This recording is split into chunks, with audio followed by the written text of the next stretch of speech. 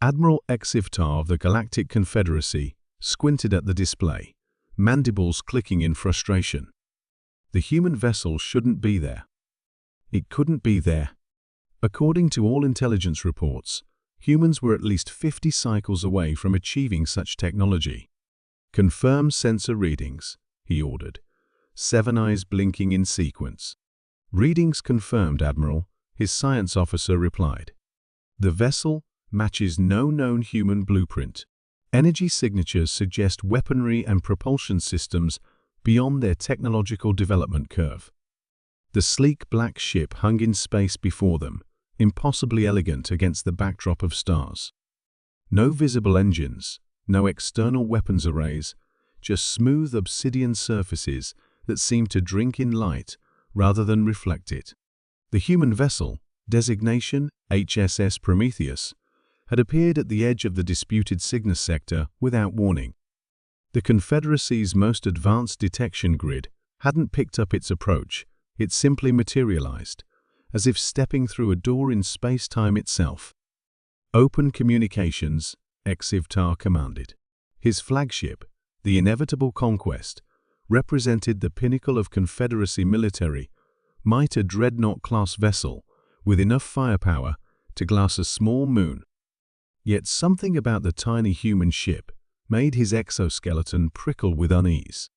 The viewscreen flickered, revealing a human female with dark skin and silver-streaked hair pulled tight against her scalp. "This is Captain Amara Chen of the human systems ship Prometheus," she said, without preamble. "You are in violation of the Treaty of Proxima Centauri. Withdraw your forces immediately." Zivtar's neck frills extended in amusement. "Human, your species signed no such treaty. This sector falls under Confederacy protection by right of first discovery." "Perhaps in your timeline," Chen replied, her expression unnervingly calm. "But not in ours." Before Exivtar could respond, his tactical officer chittered in alarm. "Admiral, we're detecting energy buildup within the human vessel. It's unlike anything in our database." "Weapons ready," Zivtar barked. "Target that ship and—" The Prometheus moved. Not the lumbering acceleration of conventional drives, but an instantaneous displacement there one moment, elsewhere the next, without traversing the space between.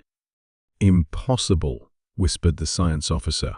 The human vessel now hovered directly alongside the inevitable Conquest, close enough that the dreadnought's point defense systems couldn't target it. "Last warning," Chen's voice came through again. "The Prometheus is a chronological displacement vessel. We've come from your future, Admiral, a future where humanity and the Confederacy eventually become allies. But that future hinges on what happens here today." Zivtar's mandibles clicked rapidly in the Confederacy's gesture of disbelief. "Time travel? You expect me to believe?" "Sending data packet now," Chen interrupted. Information flooded the Confederacy ship's system schematics, historical records, genetic sequences. Zivtar froze as he saw his own personal genetic code, alongside details of his life that no human could possibly know. Details of a future he had not yet lived. "In our timeline, you become the first Confederacy diplomat to Earth," Chen continued. "The alliance you forge saves both our civilizations from the Void Harvesters, who arrive in this sector in precisely 15 years. Silence fell across the inevitable Conquest's bridge.